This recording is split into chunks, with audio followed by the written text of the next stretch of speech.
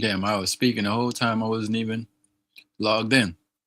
But what's up, y'all? So here we got Black Arab Studies Part 22, aka uh Darasa العرب الأسود الجزء الثاني والعشرون. Okay? I know my pronunciation is not perfect. I know it's not. It's gonna have to work. You feel me? It's gonna have to work. For now, I'm gonna watch a little bit of a video. This might be a short one. Who knows? I'll be in the background looking at some sources. Like for example, I'll show one. It's on it's not what I'm gonna study today, but it's what I'm reading in the background. Map orientation. I guess I'll read a little bit of it. Why not?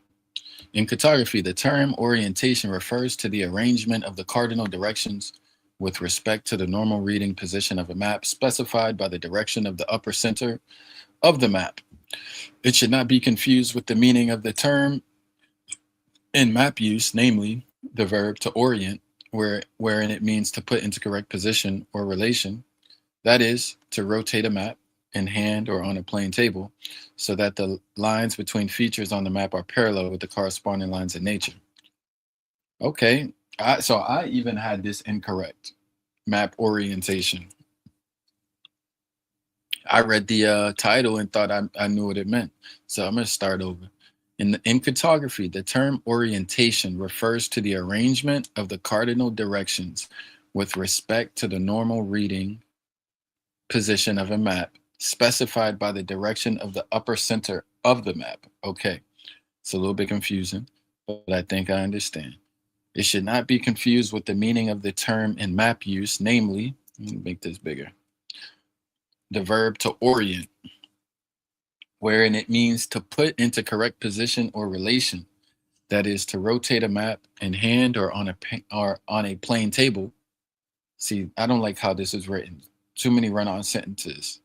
The orientation of a map is the relationship between the directions on the map and the corresponding compass directions in reality.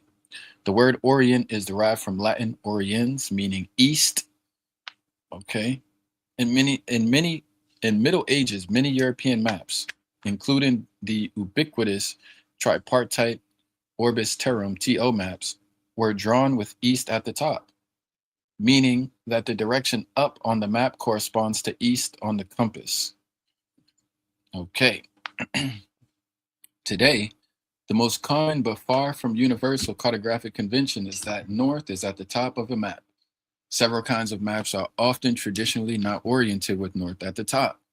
There has been some argument about the orientation of ancient Babylonian maps, but the evidence seems to suggest that east was favored. Okay. Babylonian north was actually northwest, and thus their east was more precisely northeast, which accords with the orientation of the well-known Nuzi map showing an estate in the region of northeast Iraq, dating back circa 2500 to 2300 BCE. In Greco-Roman small-scale mapping, north was usually at the top, but not unfailingly. More scientific maps of larger areas or the whole Earth involve problems of dealing with the coordinate system. In that case, either southern or northern orientation would allow simple arrangements of the graticule. We have no direct evidence of the orientation of Marinus of Tyre's map from the 2nd century CE that were on a rectangular projection, but Ptolemy in his geography and on the maps that apparently accompanied it clearly opted for northern orientation. It seems that the practice of orienting maps and plans of local areas was a matter of custom or convenience. Town plans were sometimes oriented to face the way the public was looking, as in the example of the plan of Rome, former Ubis Romae, 203 to 208 CE. Okay. And perhaps also in that of the Orange Cadasters, circa 77 CE. The Han topographical and military maps of China from the 2nd century BCE are oriented approximately with south at the top. Arabic maps from early times through the time of al-Idrisi in the 12th century were oriented with south at the top. There are various theories to explain this. One is that south was a sacred direction for Zoroastrians. Another, that from Baghdad and the early cultural centers of Islam, the faithful looked south to Mecca. It has also been suggested that dynastic Egypt may have used this orientation. Okay. Very interesting. We got right into it. And it's, I don't know, man. This stuff just challenges the way you see the world. That's it. How you see the world.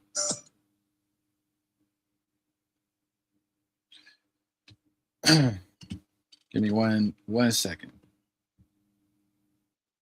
I'm gonna open this up, share this out. We got a nice video coming up by Skeps Islamica. Let me just share it onto my my wall. It's talking about the Persians, or the Sasanians, or the Parthians, as they were also known, I believe, or at least people in that region. Yep, there we go. So we shared that out. And I wrote it in Arabic. I know people ain't gonna understand it other than Kareem.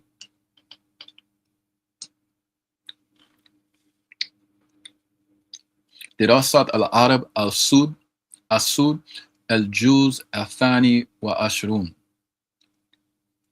All right. Here we go. Christian world maps of the Middle Ages usually gave pride of place to the earthly paradise, the Garden of Eden, traditionally situated in the Orient, and thus East was at the top. Climate maps of the 12th century drawn by Petrus Alphonsus and others and derived from Arabic sources had South at the top. For regional maps, on the other hand, various orientations were employed. The maps of Great Britain, circa 1250, by Matthew Paris, the monk of St. Albans, have North at the top and are the first maps of Northern Europe so orientated. The Gulf map, or the Gulf map, of the British Isles, made 1360 CE, apparently as an official roadmap, has West at the top. Wow. That has remained a standard work for 2 centuries, explains why the first separately printed map on the British Isles in 1546 by GLA, George Lilly, a derivation of the Gulf, has a similar orientation. With the publications of maps in Ptolemy's geography from 1477, it became a general practice to orientate world and small-scale regional maps with North at the top. Okay, so 1477. 1477. Unless there was a practical need for a different orientation. For example, Erhard Etzlaub, Das ist der Raumweg, from 1500, made for the traveler from Germany to Rome, had South at the top. Maps from non-Western traditions are oriented a variety of ways. For example, old maps of Edo, Tokyo, show the Japanese imperial palace as the top, but also at the center of the map. Labels on the map are oriented in such a way that you cannot read them properly unless you put the imperial palace above your head. Huh.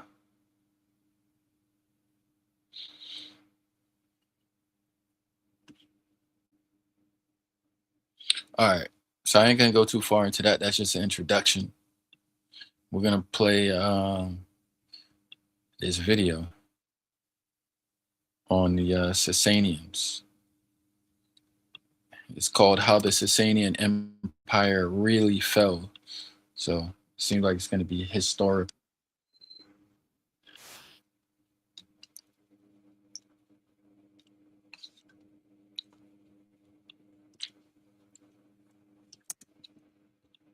Let me see if this is sharing.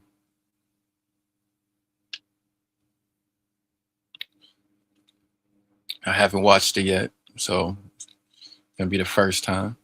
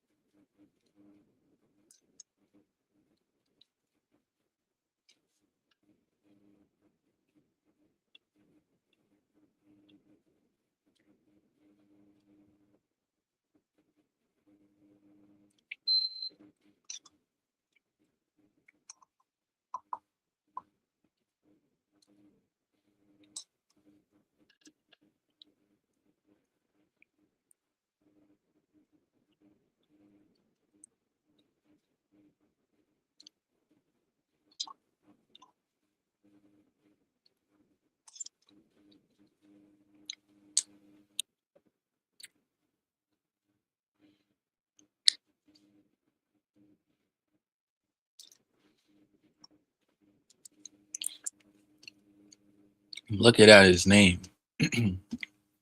I know I could tell he's from that Persian region by his name. So I'm gonna look him up. Kholdad Rezakani. Yep, he's Iranian. He's a Iranian historian of late antique Central and West Asia. He has a Wikipedia page here. Hopefully the audio don't disconnect. Yes, it did.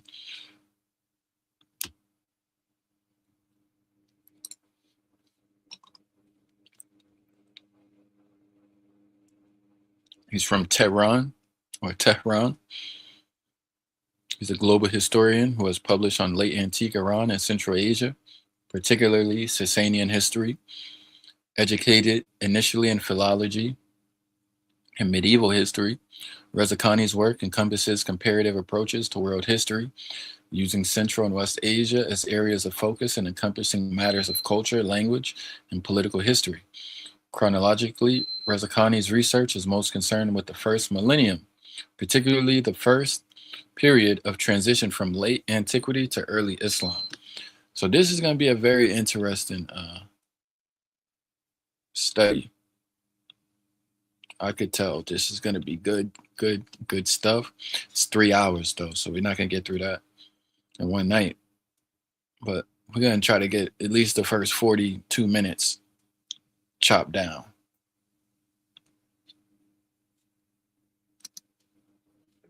And the fact that I come to Sasanian history as a late antique historian first. I actually started being a historian by doing late antique early medieval European history. So for me, Sasanians were just a case in the land that I knew the language of and had access to. And this transition period became very much important to me. So I would shy away from saying that this is the overarching goal of Sasanian history as a whole. First of all, there's 400 odd years of Sasanian history, and earlier periods can very much be put in the context of ancient history, context of Central Asian history, and things that have obviously nothing to do with Islam. For me, this partially has to do with the fact that, as a modern Iranian person, I also have some reflections on this. And my reflection has always been that the question of the fall of the Sasanians and the rise of Islam within Iran and within the Persophone sphere has always been considered an important event and has been interpreted either from the Islamist point of view, where it sees that Islam is this grand, rescuing religion that comes and brings Iran out of the errors of its way. So borrowing from the Jahiliyyah sort of reading of pre-Islamic history. And then on the nationalist anti-Islamic side, where the coming of Islam is a huge defeat, is keeping Iran back, is keeping Iran in ancient and undeveloped setting. And to me, both of these sounded just wrong, because particularly, again, because of my own background, I was coming from a point of view where none of these sort of ideological answers really made sense. So my concentration on it is that I think if we really consider this question and really figure it out, we would be able, as usual, to reach a balanced answer, which is not only good for the Iranian studies and for the Iranian point of view, but for the entire study of late antiquity and early medieval period, and particularly for Islamic studies itself, which is unduly too Christianity, too Byzantine oriented, and doesn't really consider this part of the world. As far as how close we are, I wrote about 10 years ago in an article. I think maybe when I'm 80, 85, I can write an article and saying that I have solved 10% of the question. Of course, the historical knowledge always progresses. I am no closer to answering any questions, and I feel like every time I do something, I'm figuring out one small piece of the puzzle. So I would say very far from finding the actual answer, but I have an overarching idea. Whoa. What's that? I just built a budgeting app in Base 44. God. talking about late antique studies and sort of chronology, how has that increasingly popular academic approach of viewing Sasanian Iran, the Roman-Persian War, and the development of Islam within the framework of late antiquity moved the debate forward? Because now there seems to be this growing consensus that that's the way we should view it. Are there any blind spots that occur now due to this widespread approach of classifying all of those events as late antiquity? Very much so. Late antiquity has been revolutionary in our imagination of the entire ancient history and entire coming of the medieval ages. So much so that terminology like the Dark Ages or all of the negative terminology that we had certainly for European late Roman history has disappeared now, and is also considered it's almost obsolete. Nobody really refers to that terminology anymore, and has pushed this early medieval period in the European history. So it has been very transformative.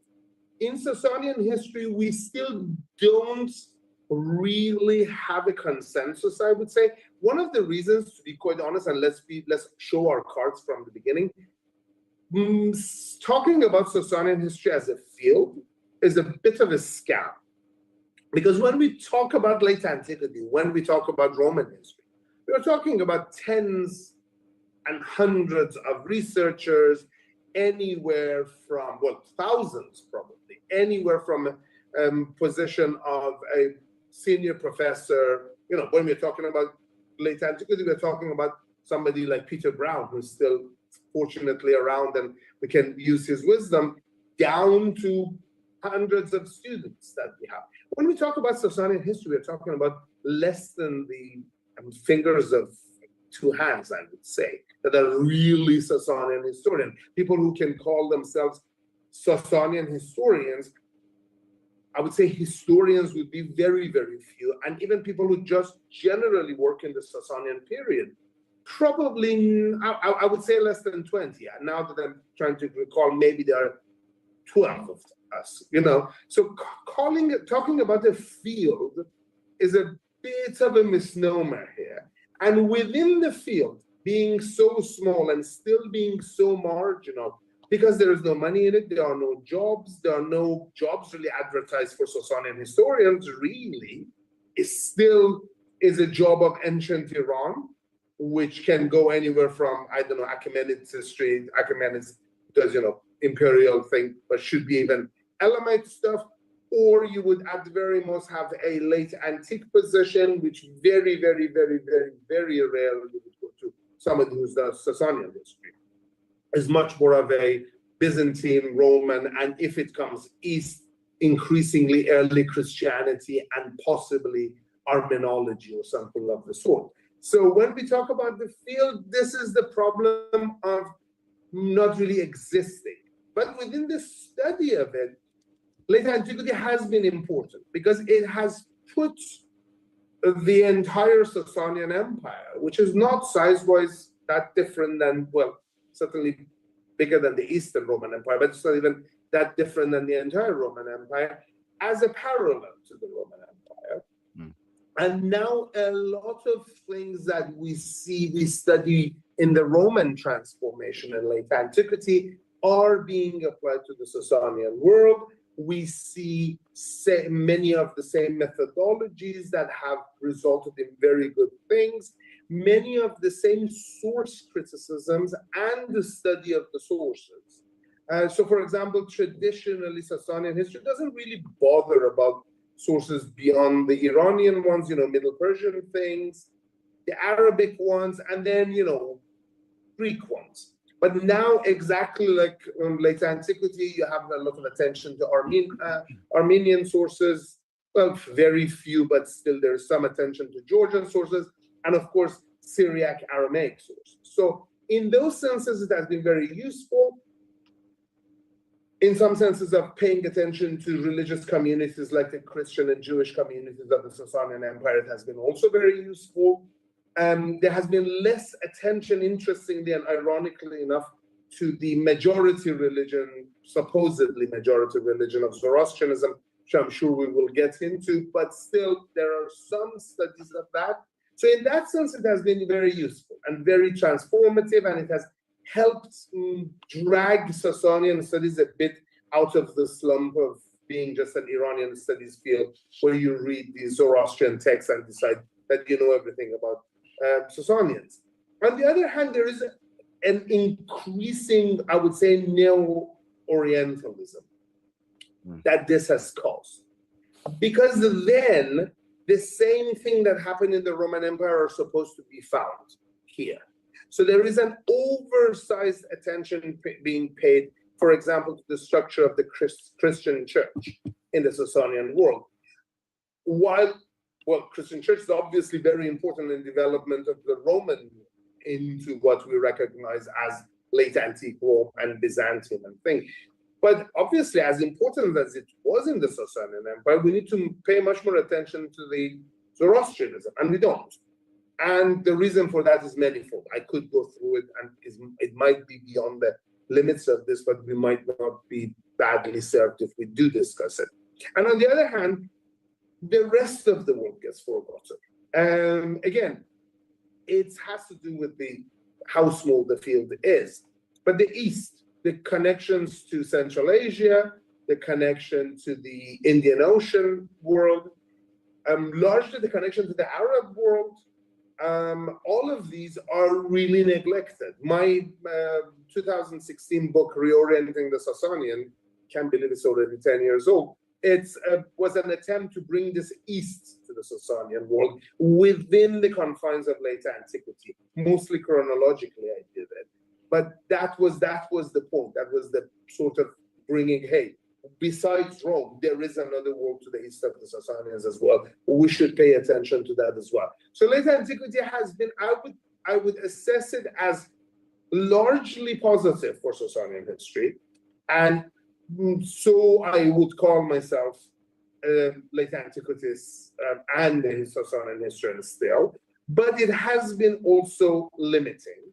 And that's why I think approaches such as the approach of Garth Foden, the Before and After Muhammad book, the First Millennium approach, which is not dismissive of late antiquity, but considers late antiquity within different framework for when we get out of the confines of the Roman Empire, might slowly prove more and more useful. I mean, probably, and this was a question that my supervisor asked me 16 years ago of what you do with this. Michael Moran asked me, what do you do with the chronology of this region as far as the Sasanians are concerned? We probably have to, hopefully, if my effort of putting Sasanians a bit more forward in the study of Islam is any successful, we would have to come up with a new chronology and a new frame,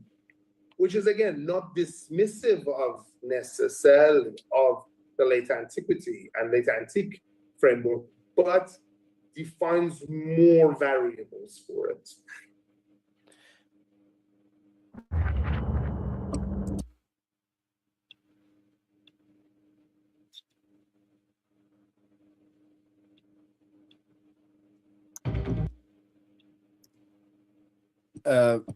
You know, you're right. And I often think about that a lot myself, that I think the incubator in which we call late antiquity to understand the rise of Islam, the borders are going to have to keep expanding. And Garth Foden, what he wrote, I can't remember how many years ago or a decade ago, you know, we might have to lean in that direction by looking at a 1,000-year increment from the year 0 to the year 1000.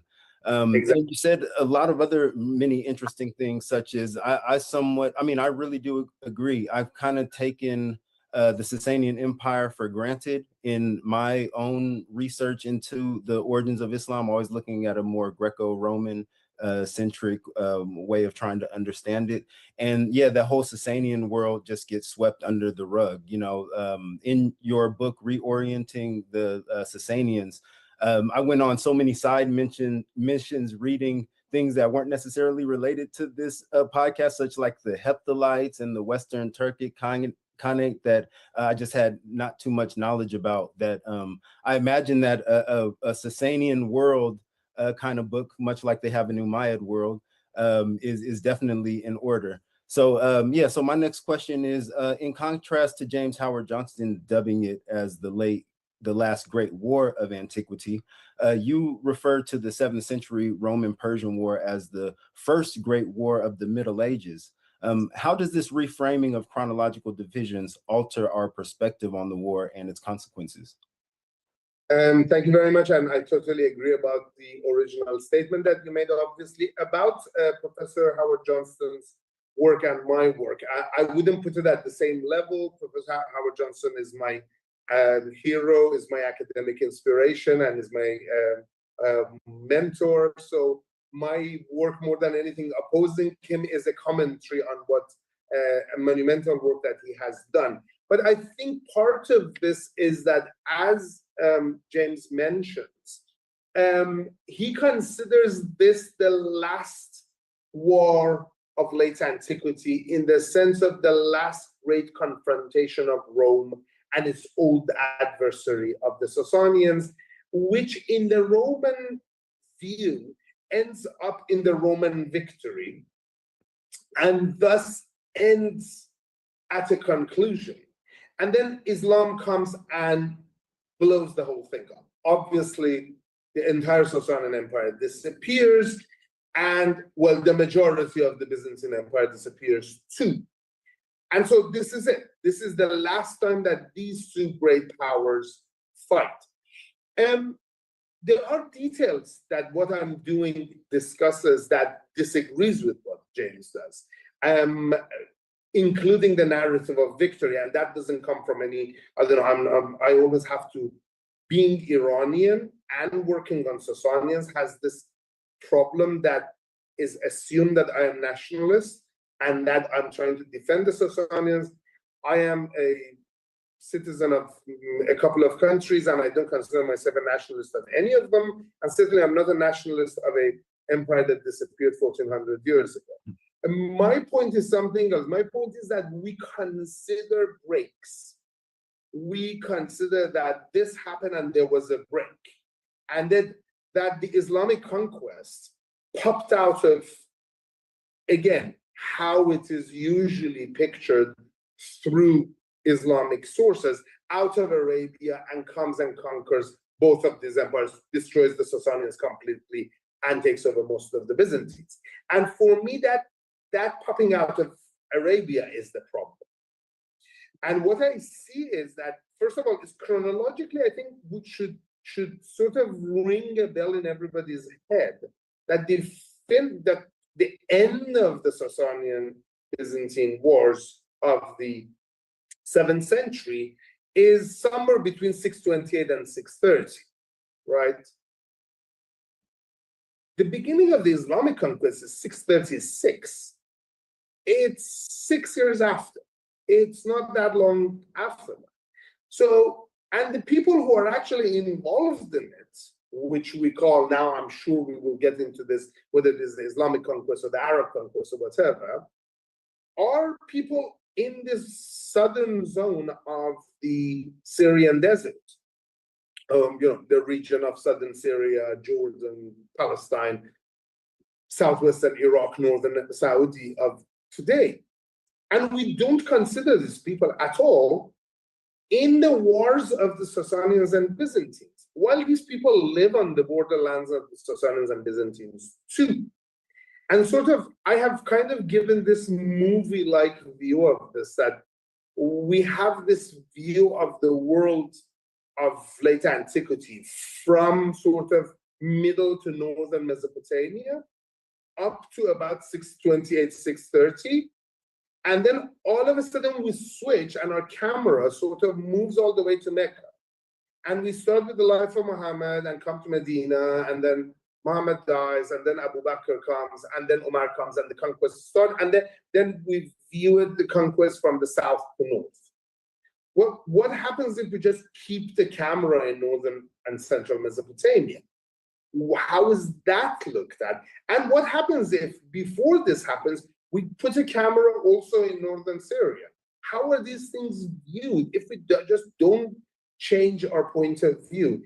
And this really results in considering the Arabs in the wars of Byzantium and Sasanians. And if we do that, then we see connections between the Sasanian Byzantine wars and the Arab conquest, and then things emerge, including that the first wave of the Arab Islamic conquest is exactly the same regions that the Sasanians are. The entire question comes up: how does a force originate from the desert and comes and conquers two big empires? The quickness, the suddenness, and the unbelievable aspect of that is exactly happening in the regions that have already been conquered by the Sasanians. It exactly happens in Syria, Mesopotamia, Western Iran, and Egypt. And then beyond that, nobody now doubts we have very good. It doesn't look very sudden when they get to Spain anymore.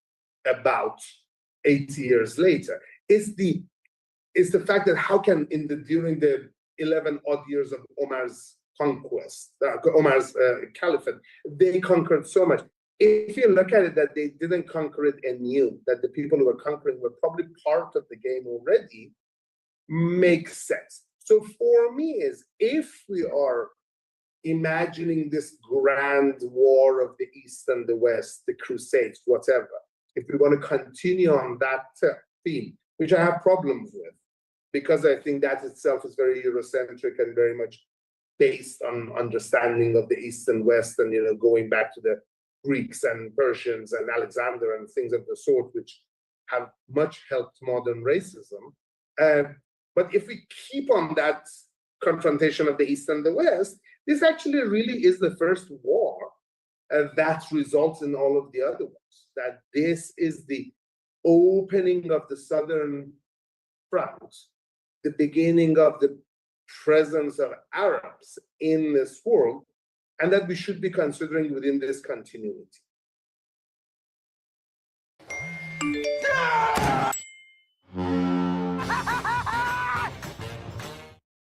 We got you covered, Bumblebee! My hero, my knight in shining armor. What, talking about the idea of like placing a camera in specific regions, which would be wonderful if we could, we're obviously limited by the sources that we have. And we, due to the, you talk about the complete, in your work, in the complete absence of like an insider Sasanian historiographical tradition. Other historians have had to rely on Byzantine, Syriac, Armenian, Islamic historiographic texts in order to try to build this narrative of 6th and 7th century events and the political relationships between all of these groups. How do the like inherent geographic, cultural, political biases of these sources limit modern scholarship and specifically Sasanian studies, and why, in your view, did a Sasanian historiographical tradition that we could rely upon and provide that insider view never really develop? That's an excellent question, and that lies at the heart of the whole thing. I guess that lies at the heart of the scholarship as a whole. The questions, one wise person said that there's no lack of sources, it's just the problem of questions that we ask of. You could say history has developed in the past few centuries as a European subject. It has developed as a subject within European academia, within the European world, within the European tradition of learning, as an inquiry into the past, right? And answering certain questions. This is why we call Herodotus the father of history, because Herodotus goes back and tries to figure out how things happened, how things got to places where we are. So this question and this approach to history has always been the founding question of history in the European world, right? Within this, certain standards, certain type of sources, certain models of inquiry, certain ways of approaching the past have developed. Among these is that we rely on sources that can get as close to the action as possible, right? So we have this term eyewitness history, a history written by somebody who actually witnessed something. And of course, part of this eyewitness history is that that person who's writing something has been both contemporary and from within that entity that we are trying to study. And part of that, because of the tradition of European philology and study of original languages, which lies at the heart of study of history anyway, which is why, for example, in the Anglophone world, history is considered part of humanities, so more akin to literature and that sort of things than, for example, to geography or I don't know, sociology or economy. While, for example, in Francophone world, history and geography are very much considered close to each other. But in the Anglophone world is more a matter of text and textual analysis and methods of textual analysis. The problem has become that if you don't have a source that is eyewitness and it's not written in the original language that you expect, we consider that source not to be quite as important, right? So, of course, we rely on Greco-Roman sources because they are written in Greek or Latin, the languages of the empire. So, you know, anybody from, I guess, I don't know where to start, Herodian to Procopius becomes, you know, these grand historians because, you know, Ammianus Marcellinus, they are writing in languages of the empire. The same then doesn't exist in the Sasanian Empire because we consider the language of the Sasanian Empire to be Middle Persian because we have this absolute idea of ancient empires. Rome was a largely Latin, partially Greek empire. Sasanian Empire is a Middle Persian speaking empire. There are no Sasanian Middle Persian sources, right? This becomes the issue. That doesn't seem to be true for the Sasanians. Sasanians don't seem to have that idea of an empire of a language. That language doesn't seem to be their main concern. Middle Persian certainly is an important language, but it seems to have been, at least up to quite late in the empire's life, kept as either a local language or a language that is really language of the learned Zoroastrian clergy. While within, you have to notice that the center of Sasanian Empire is Iraq. Take the next step in treating your moderate to severe ulcerative colitis with which we have no reason to believe that the majority weren't Aramaic speaker. Let's put it that way. Probably Arabic speakers and, of course, Middle Persian, probably Parthian, and a number of other languages.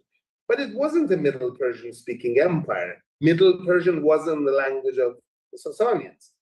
Since we don't have Sasanian and Middle Persian sources, our understanding is that there are no internal sources. The answer to that is, well, we have Aramaic, Syriac sources. We have Eastern Syriac sources written within the territory of the Sasanian Empire.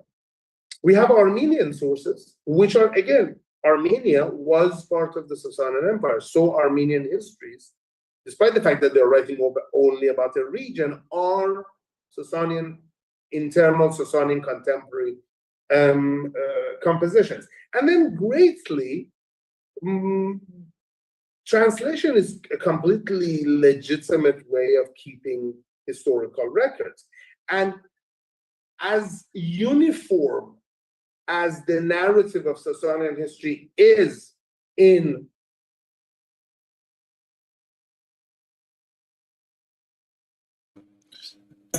What's up, Kareem? Yeah, I need 2027 is my goal to reach the next level in my ability. I'm giving myself a year, this entire year, to study, to listen, to speak it more. Yeah. This title, دراسات العرب أسود الجزء الثاني والعشرون. I practiced saying it like 15 times earlier, probably more than that. I'm working on my pronunciation. And just doing a lot of listening. I listen to Moroccans. I listen to Egyptians. I listen to Gazans. Which, hey, I just focus on modern standard Arabic, Kareem, to tell you the truth. But I listen to a lot of Egyptian Arabic. I think I like the way, I'm gonna say the women, because I listen to the women speak. I like the way they speak. And I think the Gazans, from what I hear, the Gazans are very articulate with their Arabic. Shami, what's Shami? I think the Palestinians, the Gazans, they sound very articulate with their Arabic. And the Egyptians are also clear. The Moroccan is just crazy. The Moroccan sounds like kush kush kush kush harash harash harashi harash kush kush. That's what the Moroccans. The Moroccans yeah. But the Gazans are very clear when they speak. Chami is Syrian. I think I told you my teacher. How do I say that? Man, damn. How do I Ustadati. I think that's how you say my teacher, right? Ustadati. Min Lebanon. However you say Lebanon in Arabic. Yeah, my teacher was from Lebanon. Asham Hai Surya. Asham Hai Surya. Oh, Sham. Okay, I know Sham. Yeah, that's right. Ustadati min Lebanon. Okay, Ustadati min Lebanon. Naam.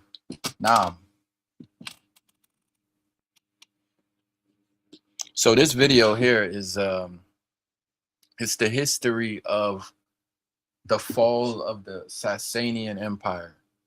So this guy, he's Persian. His name is Khordadad Rezakani. He's talking about, like, the way we follow the history is we talk about the war between the Romans, or I guess you could call it the Eastern Roman Empire, or the Byzantines, and the Sasanians or Parthians, whoever they were at that time. You have that great war. I think they were the Sasanians. And then some years after that, the Arabs come out of Arabia and basically conquer both. He's saying, what if we don't move the camera to Arabia? What if we just keep the camera focused on the Sasanians or the Persians or the Iranians and see what the history looks like from their perspective? And it sounded like he said he thinks that it wasn't so much a conquering, but that the Sasanians or something were already a part of the movement. Kareem said, "Aw," let me see. "Aw," which means or.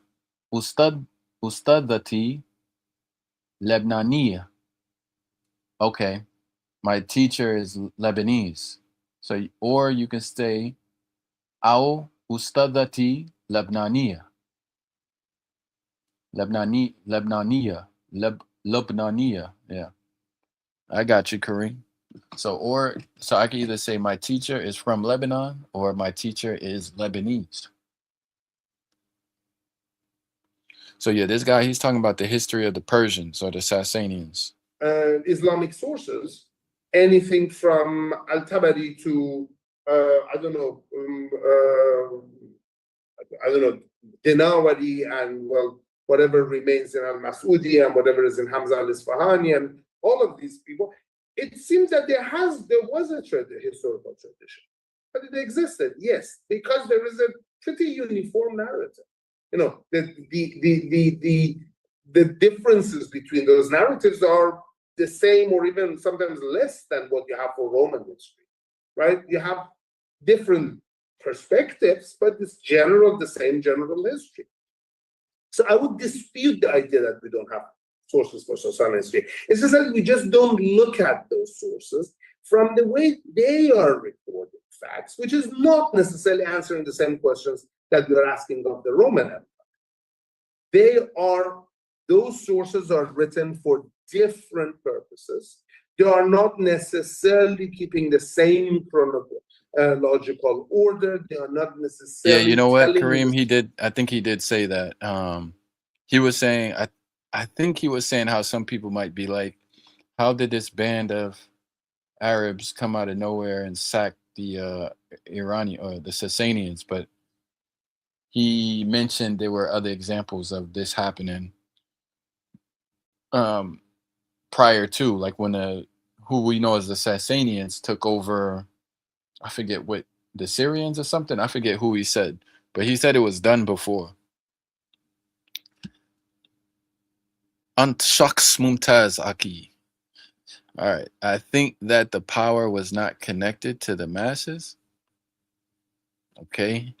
Stories in the same way, and they are not concerned with the same thing that we are in the Roman Empire.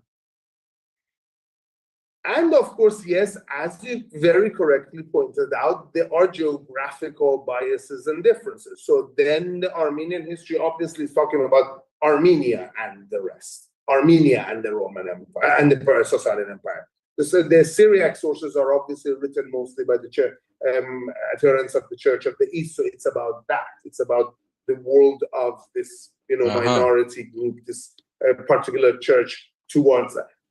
All right, Kareem says Andalusia, for example, the people welcomed the conquerors. I think I heard them also say that the people welcomed the Greeks because, was it the Assyrians or somebody? The Egyptians were under the rule of another empire. So when the Macedonians or Greeks came in, they actually embraced them. I think they may also say the same thing with the Arabs. People wanted to be free from the Romans, so they welcomed the Arabs. Ibn Khaldun explained that very well. Okay. We now have very good work being done on Jewish sources. So, another thing to pay attention to is that the Talmud, the Bavli Talmud, the greater Talmud is written in Mesopotamia during the rule of the Sasanian Empire. It is not a historiography per se, but it does have a lot of information and stuff remaining in later Jewish sources as well. And then you have these Eastern sources, and I haven't had the skills to go through the Chinese sources, but like a very good colleague, Jeffrey Kotick, has gone through some of them, and he points out also that there are a lot of information in Chinese sources, and the sources and the origins of those sources are also very important. And then we have all of these. So he's East Iranian. To create an empire, you need taxes. To get taxes, you need to disarm people and be the only one having the weapon. Oh, you sound like an imperialist, Kareem.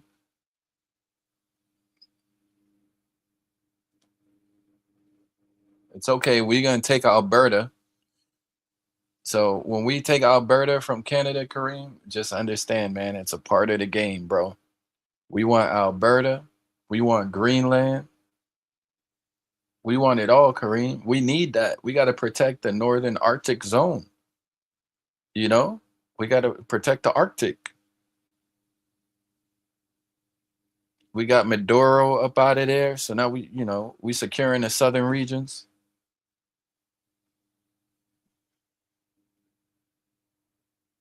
I've been playing some video games, some war games, where it kind of go into diplomacy and strategy. Yeah, we had to get Maduro up out of there. The European Union is very weak right now, Kareem. France is soft. You got the West Africans, the Sahelians rising up. They collaborating with the Russians. You see what Israel just did? Israel is slick and sneaky with their games. Hold on, what Kareem say? See. Kareem says, I have been said 20 years ago, if America needs water, they will invade Canada. Listen, Kareem, I know you think Canada is a sovereign nation, but it's only sovereign because we allow them to be sovereign, bro. We allow them to be sovereign. We got Canada positioned on the western front, and the entire southern portion. What can Canadians do if we really wanted to take something? They don't ally with Russia. We would not allow them to do that. That would be their best bet. They would need Russian support. They would need Chinese support. They would need Korean support, and they don't ally with those countries. But anyway, I'm gonna stop bullying you Canadians, Kareem. I've been following the global politics. I see Israel is supporting a split in Somalia. They want it to be Somaliland along the Red Sea, and then split it into two countries, Somalia, Somaliland. And we know that's about the trade routes through the Red Sea. Of course, the Yemenis are not going to be in favor of that, right? The Saudis are like playing both sides of the fence, right? The Saudis are kind of friendly with almost the majority of their neighbors. They have tension with the people in the Southwest, but for the most part, I see them getting along with like almost everybody, at least generally speaking. Oh, like I was saying, that the West Africans, the Sahelians, kicked the French out. The French. It seems as though, and Kareem, you could correct me if I'm wrong. Did the French lose like all power in West Africa? Because West Africa is basically a French, the French world, the French African world.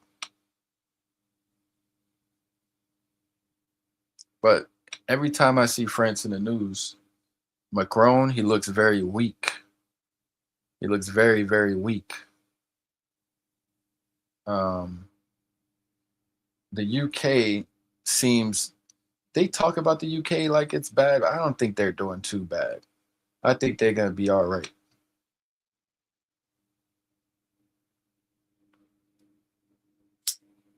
Cuba, I see we got some tension going on with Cuba.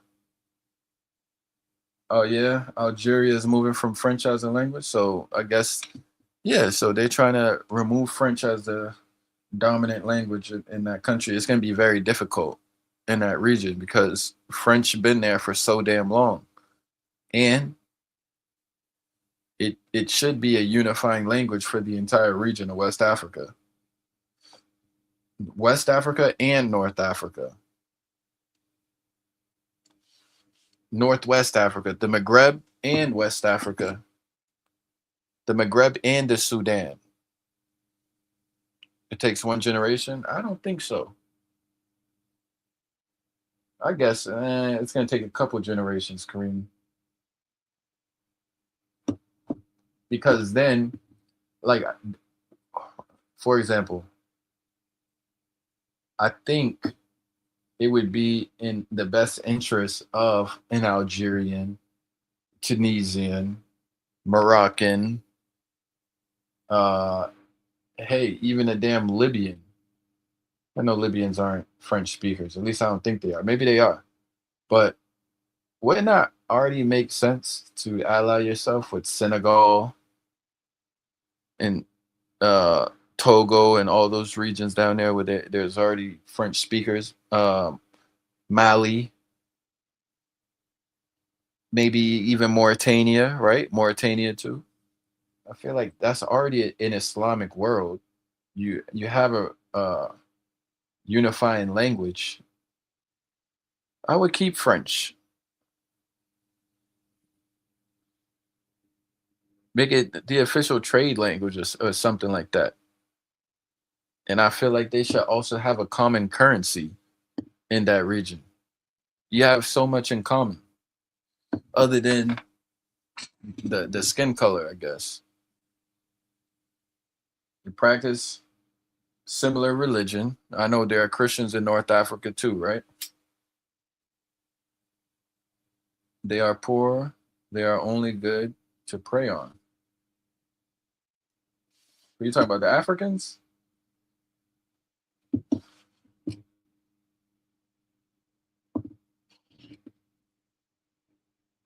Listen, in this game, right? You have to pick a side. There's really only two sides to this shit, right? Actually, I'll say there's three sides. There's the right side, there's the left side, and then there's then there are those who are unpredictable. West Africa, everyone is preying on them. You know, I think that's a common narrative. I think historically that's been true. But I think you could say the same thing about North Africans, man. But here's the thing. Egypt, for example, you probably wouldn't necessarily say they're getting preyed on because they're picking the winning team, right? They're saying, you know what? No, we're gonna ally ourselves with the winning side. But Egypt is like almost like a powerless country for the situation that they're in. Like they can't do anything without United States and Israeli approval, and Turkey as well.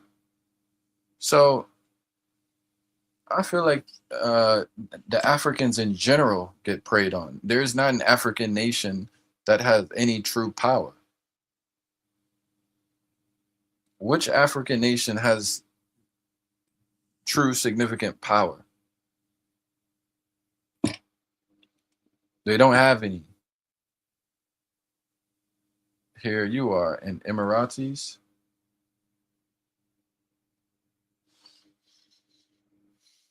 So now you're talking about the Gulf states, or you said South Africa. I feel like South Africa is not really an authentic African country.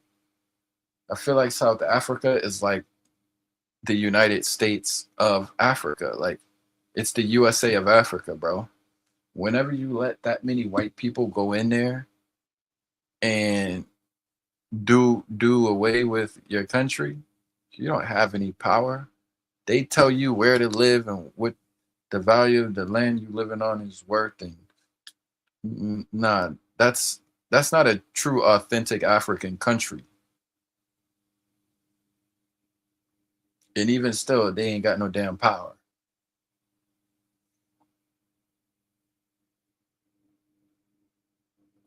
There's no African country that has true authentic power on a global scale. Now it would be different if there's a, you know, like I suggested. See, they call it what they call it. MENA, Middle East, North Africa. I feel like why not extend that to Middle East and freaking damn. You could extend that from Saharan Africa all the way up.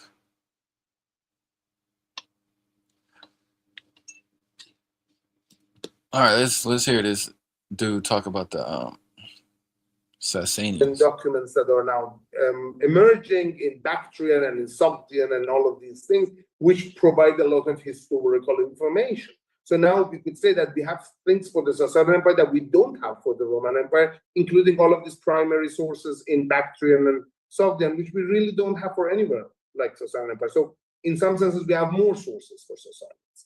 So I think there needs to be a shift in understanding sources.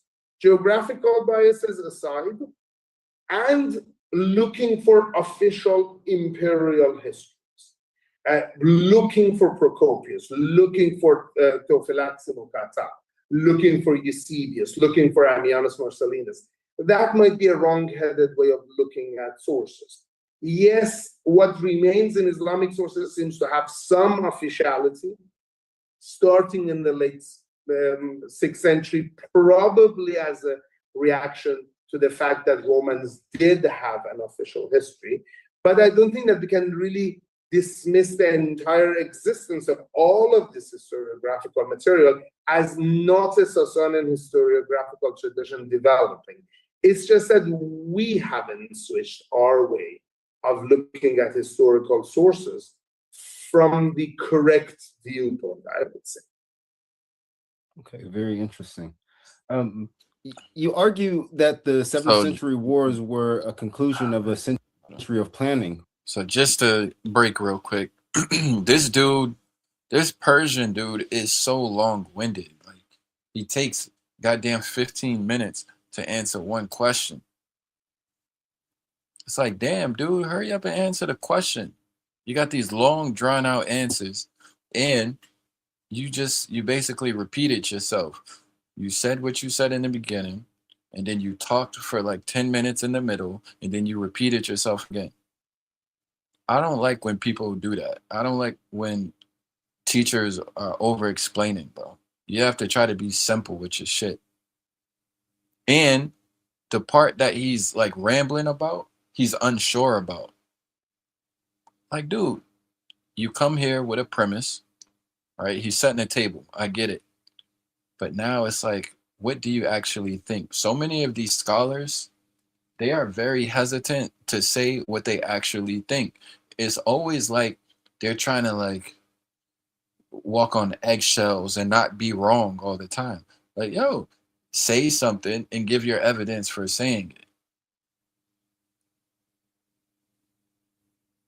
All this dancing.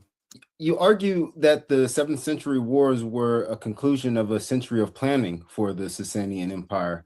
What were these preparations and how successful were they in achieving Sasanian objectives? We have got to the point.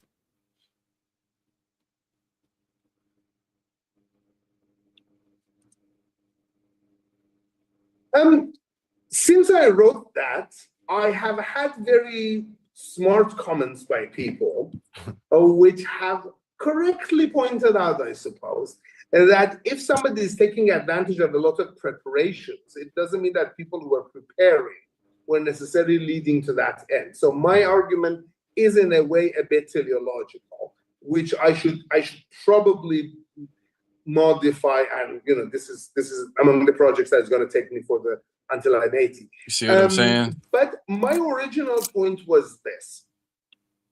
My original point might have been a reaction to the way Sasanians are viewed or imagined as generally disorganized and reactive. That in the West, Romans plan, Romans defend, Romans sort of have strategies, Romans have diplomacy, and so on and so forth. And then it's emerging through the work of many people, including my very good colleague, Yekaterina Nechayeva in Lille, for example, that, for example, the Sasanians obviously have as sophisticated of diplomacy that you can imagine anybody else has. And that the Sasanian campaigns in the West are not just blind raids. Usually this is what's said. that, you know, the Sasanian emperor such and such raided that region to extract tribute from the Romans to pay his Hephthalite, for example, predators or, you know, enemies. And the idea for me is that, well, that empire that lasts for 400 something years through a single dynasty has a lot of planning, has a strategy, You know, I got to do some research where I'll give it an analogy, right? With this history, I think what's important is you always want to see the impact of the interactions between different nations, different cultures, right? You could look at it like waves. Every time a wave hits the beach, it leaves behind like wet sand. So what is it that these nations are bringing, you know, from the Persians to the Levant? When they conquered the Levant, what did they bring there and what was left behind? You know, this is how I wish you would kind of start going into his history. You know, he's doing a lot of straddling the fence and playing it safe, and you could tell he's really unsure right now, right? He sounds very, very insecure. He doesn't want to say anything definitively, but he's writing books. I wouldn't buy a book from this guy because it seems like he doesn't know. He can't really like tell us anything for sure. Like, I'm waiting for him to start saying X, Y, and Z. Kareem said Romans were saved by the sea. Arabs didn't build a good armada to conquer Constantinople. I wonder what time period you're talking about. Otherwise, they lost 2/3 of their land as well. Okay. Now shy away from saying it, but when I wrote that, I called it a grand strategy. They have a planning possibility. And that, my original point was, after the loss of the East, after a loss in the East, losing territory, losing a whole lot of cash, and losing their king of kings, Peros, in 484, to the Hephthalite pressure, the Sasanians have to sort of make up for that loss by focusing or maybe refocusing their attention to the West. I brought the analogy that this is exactly what happens in the Byzantine Empire, which is better known, when the Muslims take over Syria and Egypt. And you know, the Eastern Mediterranean territories of the Byzantines are gone.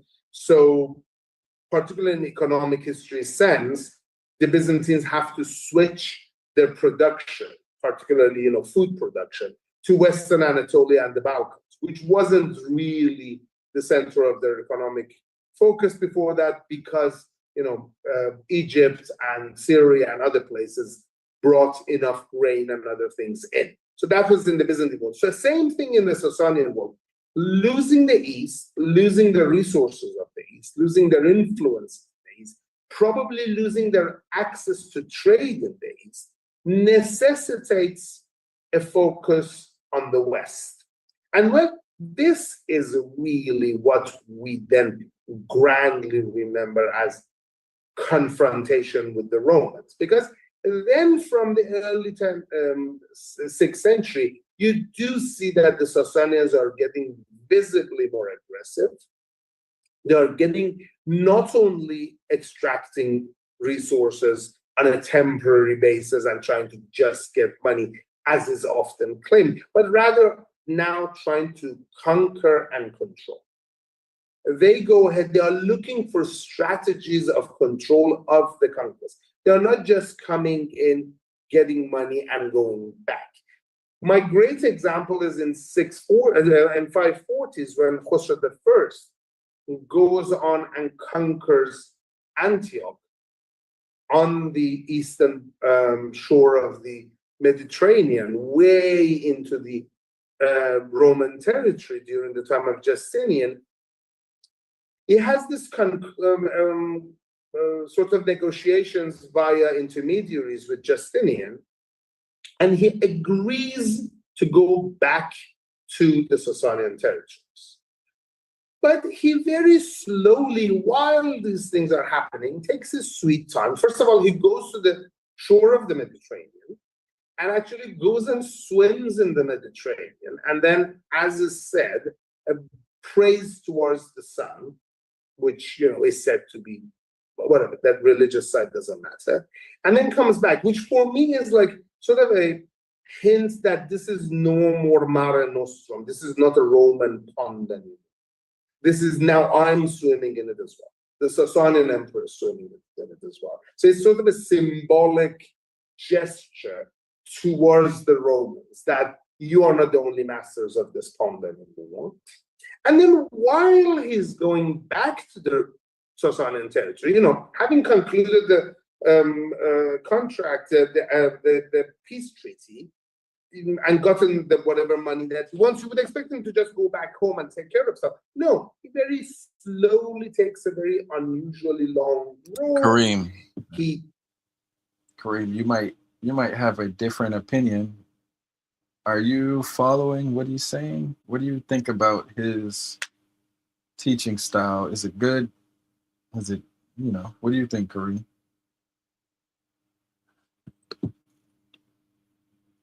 And you're talking about 750, so 750. Umayyad, we call it. Umayyad period. Okay. Umayyad, 750. You know what? Hold on. I just have to revisit the dates. Hold on.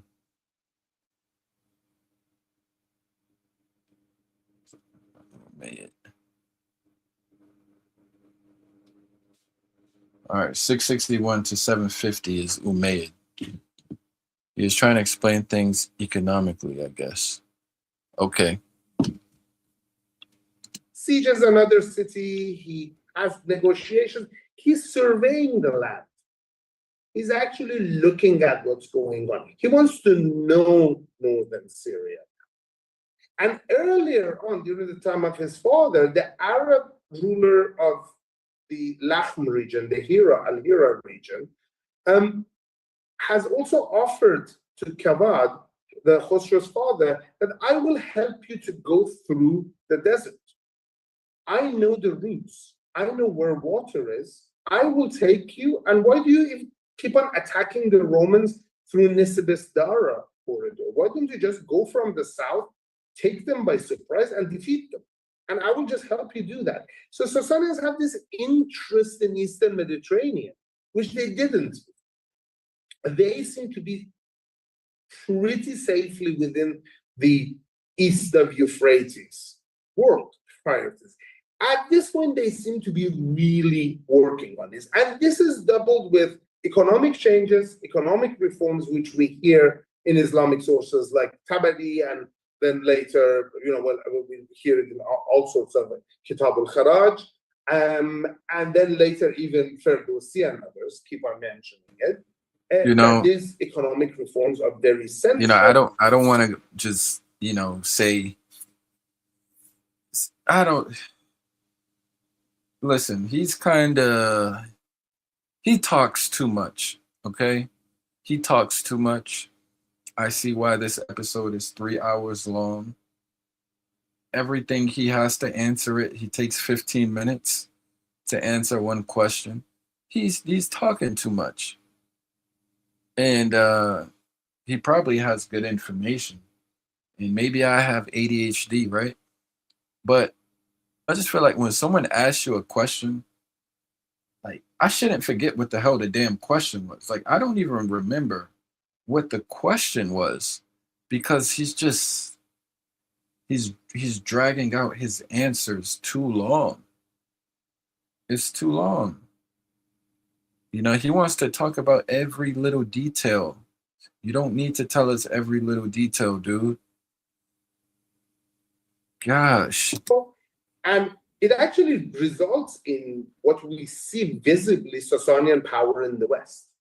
Sasanians are no more beaten in the West. Romans never again managed to really cross the Euphrates to come east. Sasanians are now making inroads.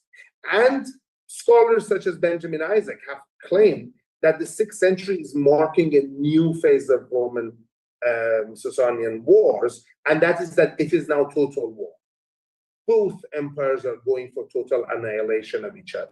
And they don't want raids anymore. They don't want borderland disputes and going back to I will sort of say this. code.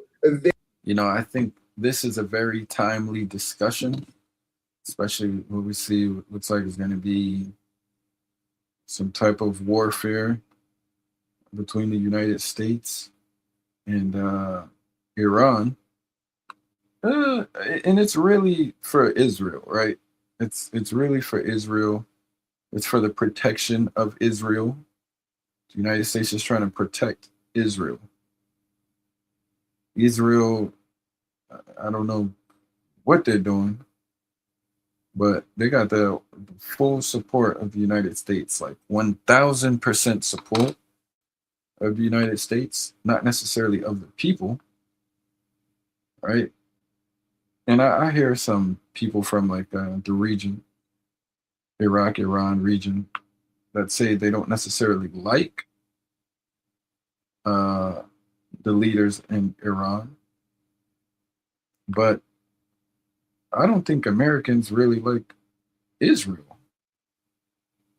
And I think we got past the whole anti-Semitic bullshit, right? I don't think, you know, people don't fall for that shit anymore. You know, I see why they I kind of see why they made social media in a way, because it makes it easier to just fucking influence the way people see things. Media in general, right? Media in general has mind control. And I don't know, man. They use a lot of like manipulation tactics, and you know, they use social media and media in general to make people think a certain way, and people think that they're free, or you know, people ain't free. People are brainwashed. That's what I see mostly. People are very, very brainwashed. Oh, okay. Your YouTube crash? Yeah. People are very brainwashed. Also, everything is so polarized, right? Everything is either this or that. You're either this or you're that. That's the other result of it. But nah, this is very timely, just seeing what's building up between the United States and Iran. Some people are starting to think, oh, the United States is not going to attack. No, they definitely are going to attack. Trump is trying to rock them to sleep a little bit, or I guess rock us to sleep, or whoever. But no, they definitely going to launch an attack. Now, I will say this. I think it's kind of questionable how successful the U.S. is with their attacks. Like, yeah, y'all was able to snatch up Maduro, but that's Venezuela, right? When the United States went and dropped those quote unquote bunker buster bombs and all that, you know, that was supposed to, or at least they claim that it destroyed all the uranium enrichment facilities in those mountains, right? And then it comes out that no, the Iranians, they already moved that shit. They was moving it. And, you know, who knows what the actual truth is. They can destroy some of their carriers. Who can? Who can? I see Iran got some shipments of some aircrafts, though, I think from Russia. And I heard someone say they were made by China.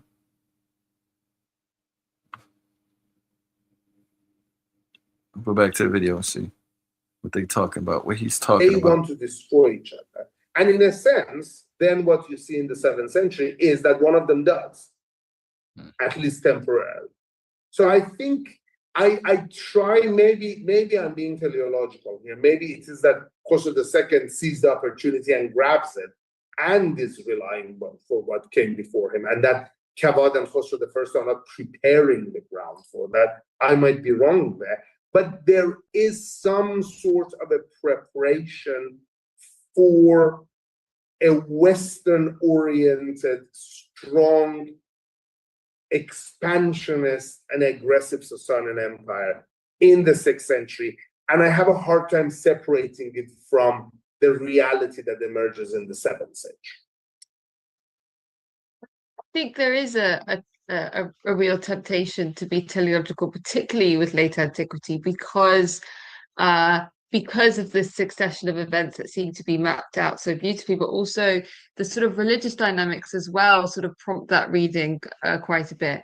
And in relation to that, you've characterized the lack of attention to. So yeah, I think that was the most impressive thing about Iran's military capability was those hypersonic missiles, those long-range missiles they was launching into Israel. And to be honest, like, yeah, Israel, they were blowing up a lot of the missiles, but it seemed like at least 10% of the Iranian missile barrage got through. I'd say about 10% was getting through. The Iron Dome was doing work, but it wasn't preventing all of them from penetrating, their country, their land. The Iranians were making contact. And I know Israelis, they died. I know there were deaths, as well as on the, man, you send the cheap stuff. As well as on the Iranian side, I know Iranians died as well. Obviously, if Israel and the United States wanted to, they could cause a lot of destruction, But it seems like they're trying to, be careful not to do too much to unify the Iranians against them. They want the Iranian people to topple the government. Then you send the serious ones when the dome is jammed. Yeah, I think that's what they was doing, right? Were they doing that too with their little drones? I forget what they call the Shaheed drones or something like that. I forget what they call their drones. Yeah, so it seems like these missile defense systems, like for Israel's going to be in trouble. Israel's going to be in trouble. They don't have enough real estate right now to prevent, significant damage from Iranian missiles. Israel's so small. Thankfully for them, the entire northern Mediterranean region or southern Europe region is friendly. Friendly. So they could have their backs to the Mediterranean and be fine and not have to worry about anything from that direction. Same thing with the Americans. We have the advantage of geography, where we have the Atlantic and the Pacific protecting our borders, besides Alaska, really. And then we have so many, like, what would you call it? Territories all around the world, even in the Pacific. We got bases in Africa and East Africa. We have bases in Arabia, in the what's it called? The Gulf states. We're friendly with India. So the United States is all over the place. Kareem said, if USA cannot secure internal fields, inside the Iranian army, they are not going to attack. Secure internal friends inside the Iranian army, they are not going to attack. So you think they're trying to flip some of the soldiers and cause some internal collapse? That's what it sounds like you're saying. The United States wants, yeah, I don't think the United States wants to go to war. Trump's whole thing is about not going to war. Trump does not want to go to war with Iran. He absolutely does not. He absolutely does not. His whole thing is he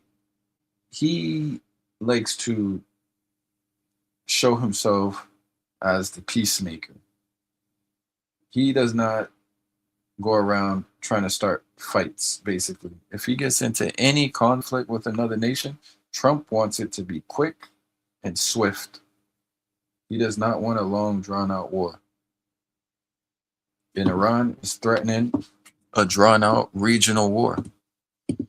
And Americans don't want that. The only people that would benefit from that possibly is the Israelis. And I guess you could say the Saudis, but long term, that wouldn't be good for the Saudis.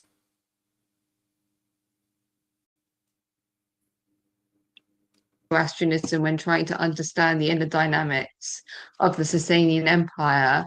And you also characterized the perception that Zoroastrianism during the Sasanian period was a religious autocracy, sort of presided over by a dominant clerical establishment. That is quite misinformed. Can you explain why you believe this view to maybe be poorly evidenced, and elaborate on whether there was a marked difference between the way Sasanian and Byzantine rulers approached religious conformity or enforced it politically? Was there, because obviously we see in the Byzantine Empire an attempt to underpin political unity with religious unity. Do we find that in the Sasanian Empire at the same time, or are we projecting Byzantine dynamics onto the Sasanians? Yeah, the simple answer is there wasn't. The simple, just to solve it, I don't think there is any evidence that there was. But the Sasanian Empire is religiously a complicated place. And that's very much both influences our modern perception of it, and we are influencing the understanding of Sasanian history. So I think part of this, which is not the entire thing, it's not even half of it, but part of it is our expectations for the Sasanians to have a quote-unquote official religion. So in the same way that I am disputing the existence of an official language, I also would tend to dispute the existence of an official religion. I'm not an expert on the Zoroastrian religion or any religion, really. I'm an economic historian, as you probably have found out so far. I like talking about grain prices.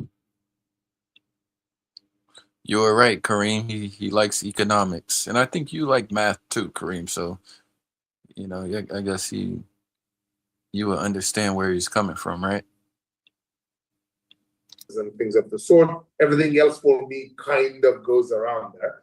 So, you know, much smarter people than me, from Mary Boyce to, I would say, Albert de Jong at Leiden University, and now a lot of the younger generation, including my very good colleagues, Shervin Farid-Nejad in Hamburg, and Arash Zaini in Oxford, and Johan Vivine also in Oxford, have talked about this in a much more in-depth way. My materialist historian's take on this is probably shallower than it should be. But it goes like this.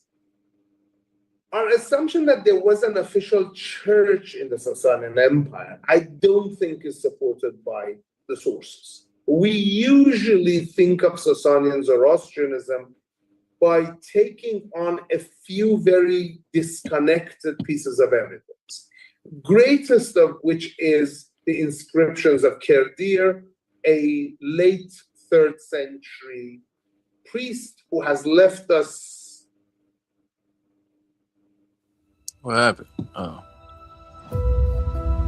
EVE Online is a vast universe, Oh, shit. alive with the unrelenting activity and combined history of its players.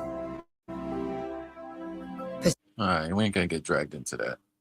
3 or 4, I'm now having a little problem counting correctly, inscription, in which he lays out a policy. He considers himself, somebody who has been raised through the ranks of Zoroastrian Okay. clergy.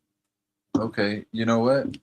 I do like that perspective because, I think the United States tries to frame their conflict with the Iranians as,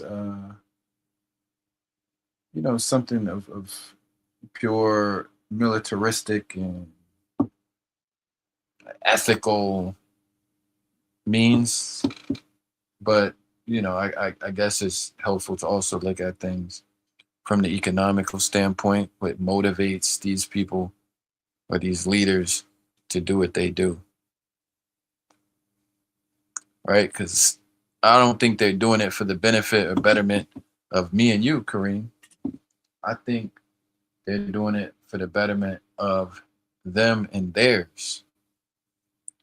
That's why it kills me when I see these stupid red and pink and blue haired glasses wearing he, she, hers, them, theys on the internet talking about patriarchy, bro.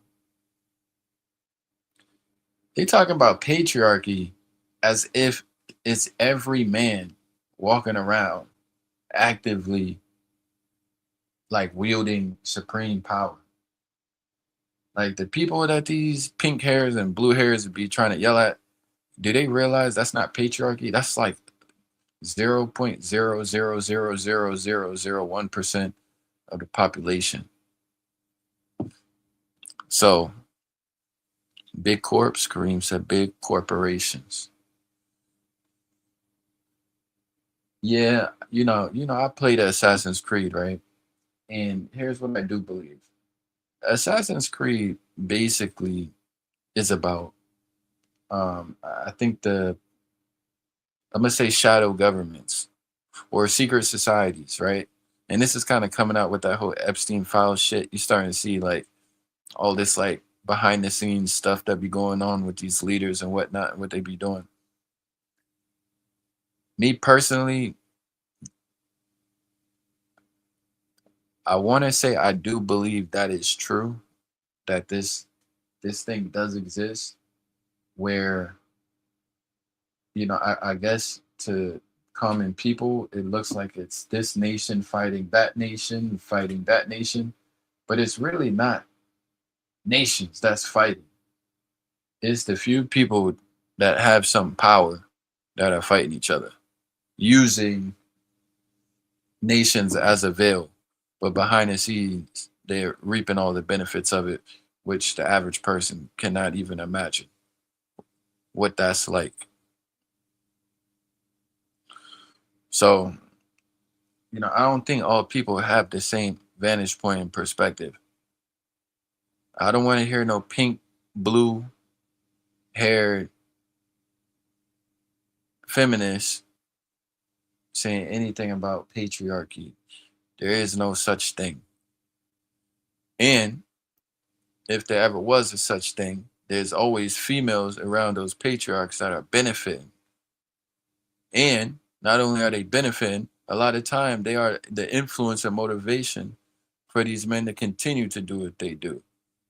So just by secondary influence, females are always going to benefit from a damn patriarchy.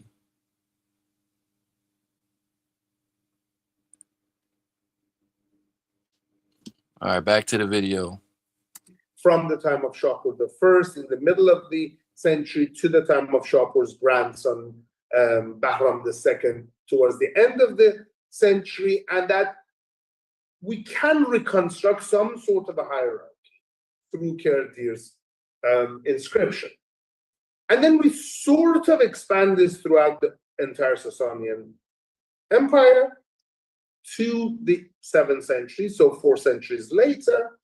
And then we sort of supplement this or fill a lot of gaps by what we find in early Islamic Zoroastrian sources, the great, Pahlavi texts such as Bundahesht and Din Kard and Shayest and Shikand Gomanik and so many of the other ones, and things such as the law book, the law collection of Madiani Hazardad, all of these Middle Persian things, of a strong presence of a strong Sasanian religious elite and hierarchy.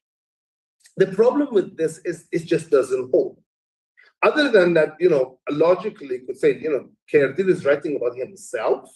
And my joke always is, which one of us didn't exaggerate our CV? He's writing it himself, so how much of a power does he really have? We don't have any outside evidence to support Khairdir's claims. And then we have things such as, at the same time as Khairdir is claiming that he's very powerful, where we have a very strong rival for Zoroastrianism, and that's Manichaeism, which a lot of sources tell us that at least 2 Sasanian emperors actually supported. Manichaeism.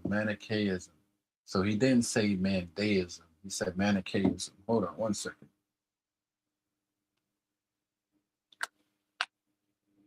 And then there was also Mithraism. So let me hold on. This damn iPad acting crazy.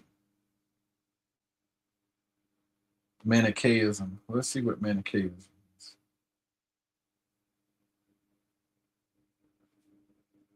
Break down the difference between Manichaeism, Mandaism, and Mithraism.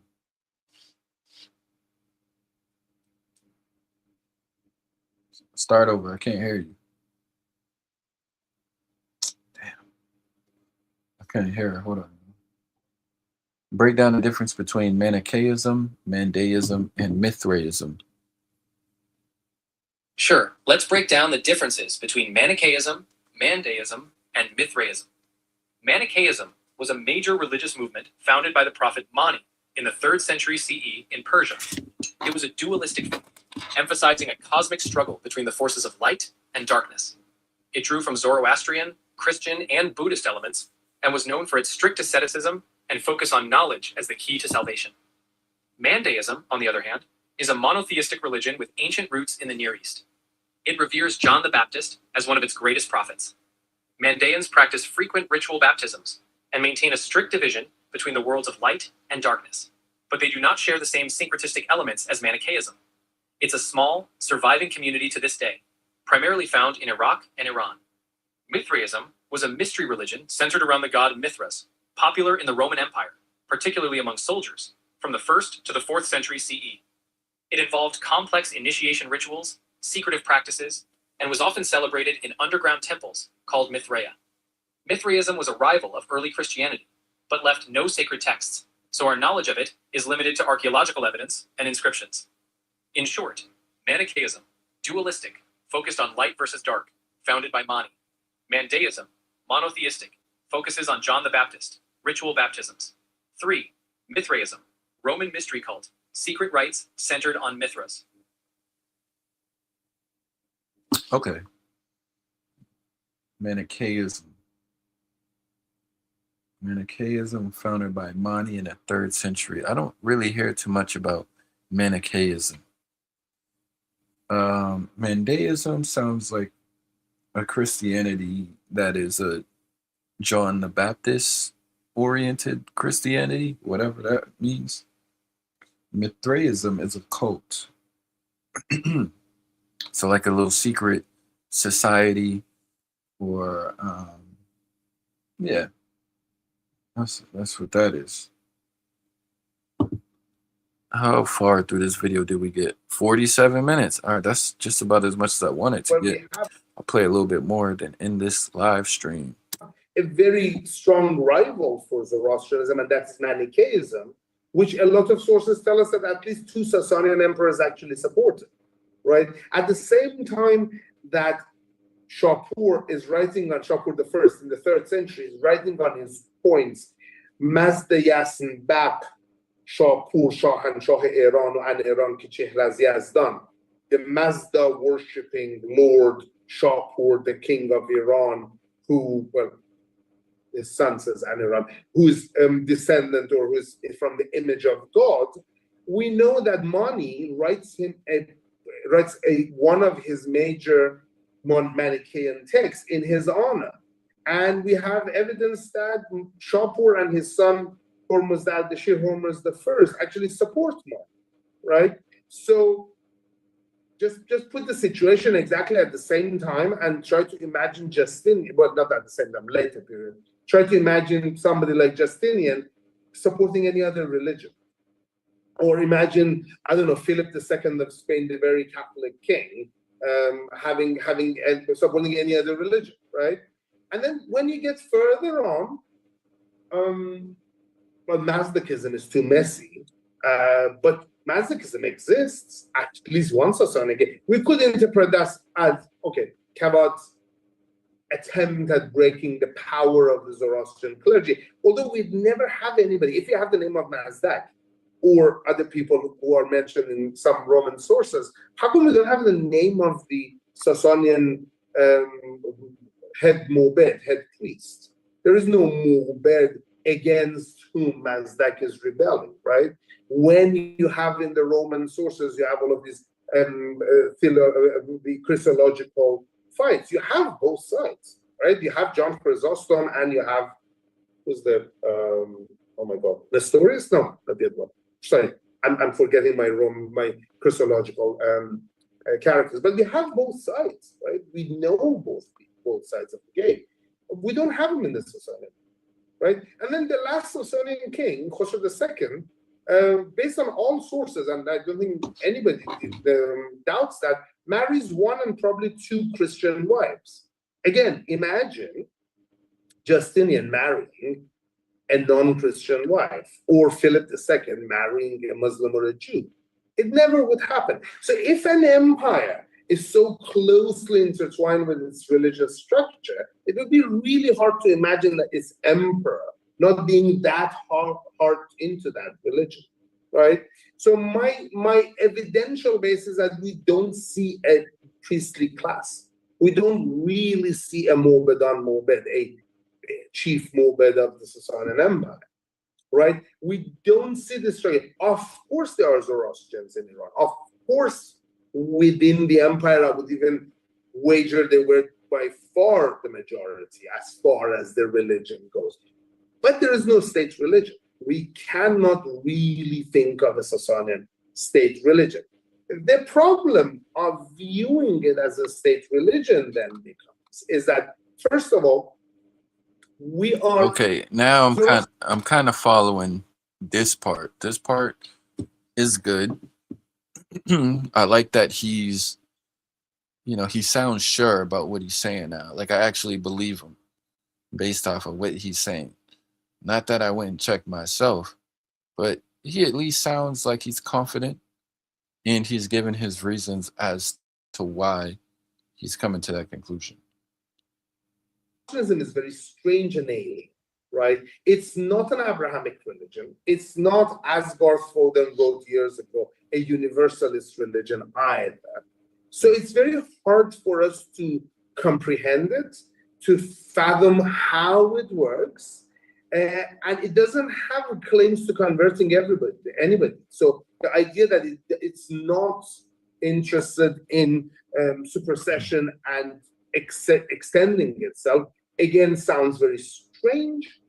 I would not call it an ethno-religion, but it's a religion that seems to know its limits, and it has sometimes expansionists. In the 5th century, we have the idea of this Sasanian general trying to expand into the Armenian territories and bring Armenians to the fold of Zoroastrianism. But it's not that sort of a religion. And it's very hard to study it because the texts are basically gate-kept behind this. We still don't have a definitive edition of the Zoroastrian religious texts, whether it's the Avesta or the commentaries on it in Middle Persian and other languages, right? So it's very hard to study it. We only know a little about it. They kept they like fire, right? They have this and that and that. They don't bury their dead, right? These are the things we know about, right? And people who know about them will tell you that most of what we think we know about it is wrong, right? And then how ancient is it? Where the Achaemenids also Zoroaster? All of these questions that Restless partner keeping you. Okay. I kind of like that. That was I want him to finish up this segment. See how long he talks on this. Thing that emerges is that Sasanian Empire is religiously very, very complicated. There are so many levels of religion. There are so many levels of relationship between the state and religion, whether it is Zoroastrianism or other religions such as Manichaeism, and later Mazdaism, and then Christianity, obviously, where towards the end of the Sasanian Empire seemed to be very, very closely involved with the fate of the Christian community, particularly since in the 6th century, finally, a proper state-supported Church of the East, which is Miaphysite, which is completely Christologically different than the Roman Empire and is even considered a heresy over that, emerges under the direct support of the Sasanian emperor, but with a very uneasy relationship with the Sasanian court, as we see in the various sources. And it emerges that the study of Sasanian religion is, I would say, there is a saying that it's in infancy. I would say it hasn't even been born yet. It is so understudied that it will take, I would say, decades of work before we can understand it. My hunch is part of what we are going to understand is that, and this is something that might sound a bit weird for this, we do look at a lot of connections between Christianity and Islam because there are Abrahamic religions. And of course, it's undeniable that Islam is imagining itself within a Christian. But physically, half of this is emerging in the place where Mandeans, where Eastern Christians, where Jews, and where the ancestors of a lot of religions, some of which still remain around that area, which I don't want to go around, but you have probably heard of it, and Zoroastrianism, and various things that, for example, Look, the late great Patricia Crone, this called guy, the native. the black guy, Tyron, he looked so tired. And there's still 2 more hours left in this video. This guy talks so much. My goodness, he's still on the same question. He answered it in the very beginning, and I forgot the question again. And now he's going in. This Zoroastrianism, because that's also a problem. What is Zoroastrianism? Is it only the one that has Kerdir on top of it, or everyday people, as usual, practicing their own things? All of these things also do have deep influences on Islam as a religion, as a ritual, and as a state system. But I am very ill-equipped to actually point out anything substantial on this. And my just warning is, this is a good field if you want to write your PhD thesis on this. It's ready. Take one of them and study it. Wow. Yeah, it's very interesting you say that about the Sasanians. All right, he took that long to answer the damn question. I'm going to see what the next question is. I don't know if I'm going to watch it. I just want to hear where Tyron's going to take this next question. In their relation to Zoroastrianism, because it's ready. Take one of them and study it. Yeah, it's very interesting you say that about the Sasanians and their relation to Zoroastrianism, because one of the things that a lot of people hypothesize about the Nasserids, specifically the last ruler, was he was removed because of his religious leanings towards Christianity, whereas the rulers previous to him, really straddled that line of how to manage the Christian population in their realm, as well as showing loyalty to the Sasanians. But it seems like from your research, the Sasanians, at least the governmental side of them, didn't have a strong ideological conviction towards one way or the other. So, and as you may already know, what we know about the Nasserids or the Lakhamids of Al-Hira, is not as much as we would with the Ghassanids. So maybe even the reasons why the last Lakhamid ruler was removed could be, a bit exaggerated. But staying on the Nasserids, one thing that I found very interesting. Look at the two rivers right there, the Tigris and the Euphrates. And then in between you get Mesopotamia, I think Babylon, Sumeria, Acadia, all these nations and kingdoms in this area. Interesting from your scholarship is that the removal of the Nasserids from the throne of Al-Hira and the subsequent Battle of Dukar are framed in Islamic sources as a fatal Sasanian mistake and a precursor to the Islamic conquest. Is this framing accurate in your view? And what can these events crucially tell us about the relationship between the Sasanian Empire and the Arab Foederati that they were in close contact with? Thank you very much for asking that question. If I might answer the sort of your comment in a bit, that is another very, very, very interesting issue. I do believe that very much so. The issue of the removal of the last Asrid ruler and connection of it to Christianity has to do with a particular type of sources that mention this removal, mention this sort of conflict. I know I'm from reading the works of some colleagues that forthcoming books I've been privy to them, that there's a whole lot of this has to do with the anxieties of border populations and their perception as not quite loyal to either side of the empire, and particularly conversion to Christianity and the religious population on the border, and particularly the closeness of the Roman Sasanian empires, the population of the Roman Sasanian empire, because of this matter, and also the linguistic concerns, always made these populations on the border suspect, and always makes their own view of the outside.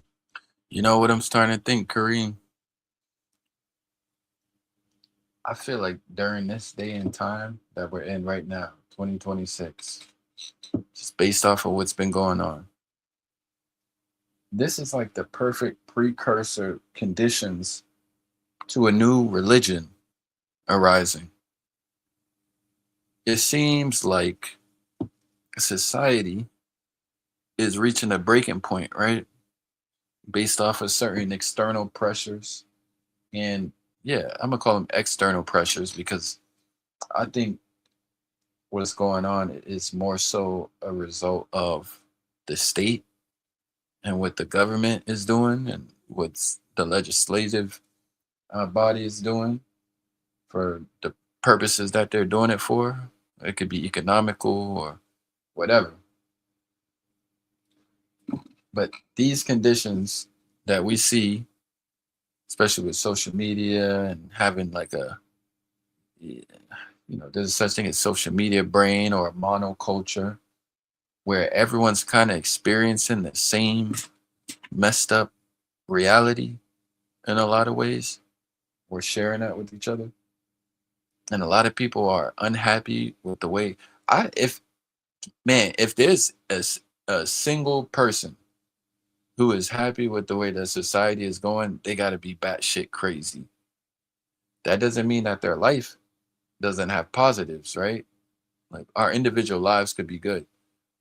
But if there's a single person who looks at society and says society is going in the right direction, that person has been fucking in a coma for the past 20 years, right? They've been in a coma for the past 15, 20 years. They just woke up.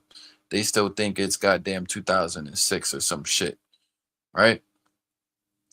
These conditions are the perfect conditions that I think like a religion would come out of, you know, depending on your belief. Some people say it's delivered by a supreme divine power.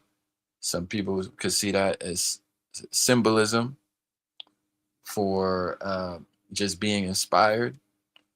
And some people will argue, I think the only alternative is to argue that these religions are state created religions, right? That's the only alternative.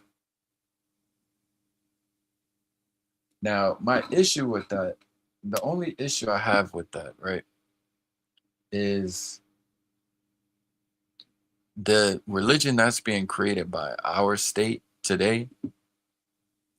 It's not written in a scripture, but you will see and hear people recite certain verses from a song that might talk about doing something that if you really reflected on, you'd be like, oh shit, that's what the song is saying.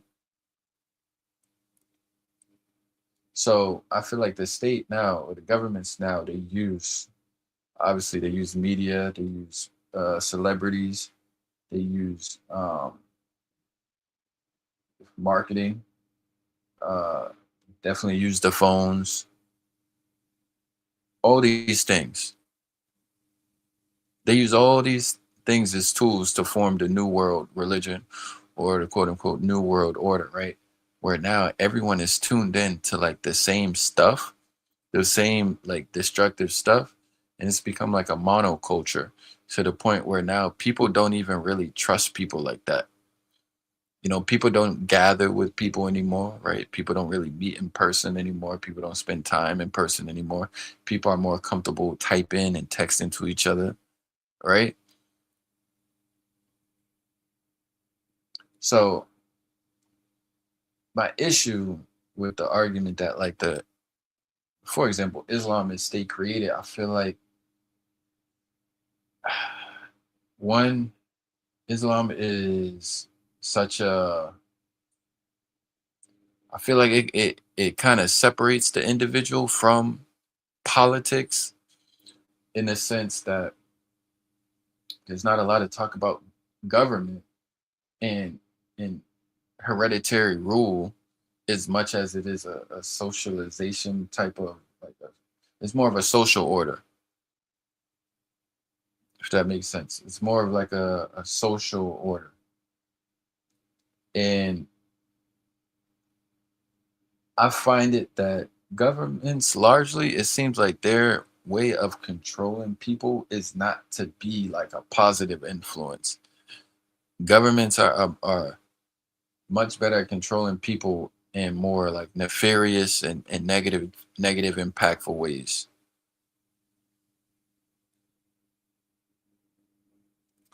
Iran, for example, Iran right now, I said this last week, the way Iran is going about handling the protests, like one, okay, they shut the internet connection off, right? People, they have no, unless they got some roundabout way of doing it, they got no connection to like the outside world. They shut down the internet. And I understand why they did that. They didn't want the Israelis or the Americans or whoever the hell else influencing the people with the media, you know, so they're very aware of how it's used as a fucking tool. Right, that right there is a sign. They shut down the internet. And then, you know, I'm asking my buddies in the Middle East, I'm like, is it true that they're killing all these people? I guess the sources and the media over there is reporting the same thing, so there got to be some truth to it, I guess, unless their media is being controlled too. I think you round them up, but to murder the protesters, it's not the way to go about it.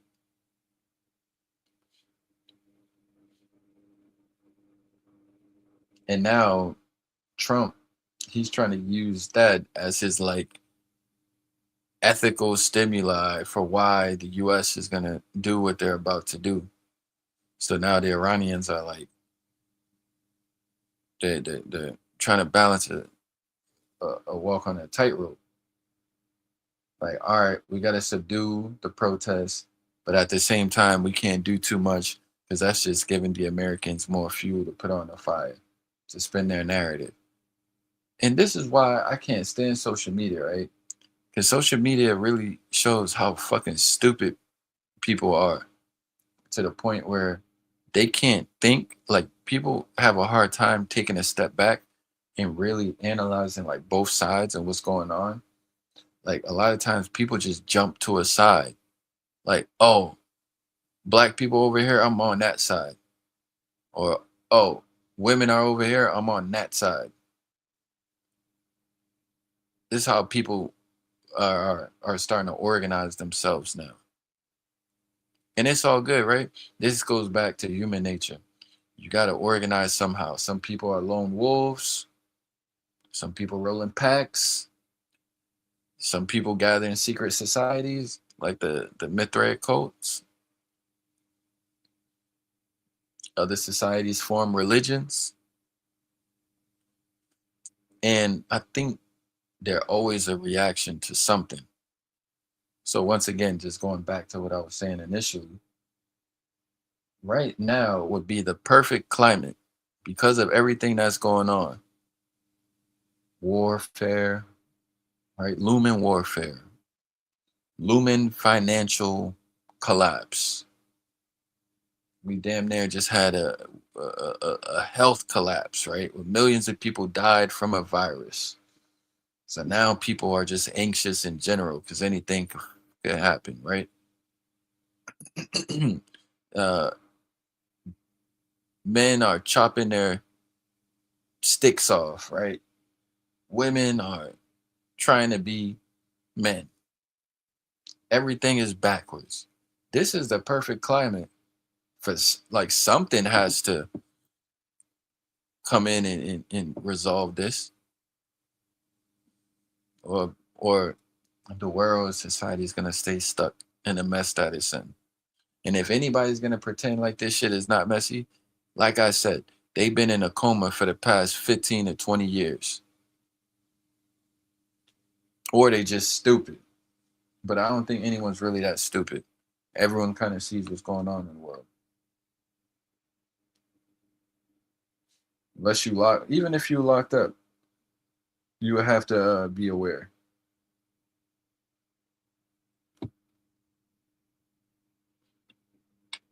That's it for tonight, man. 2 hours.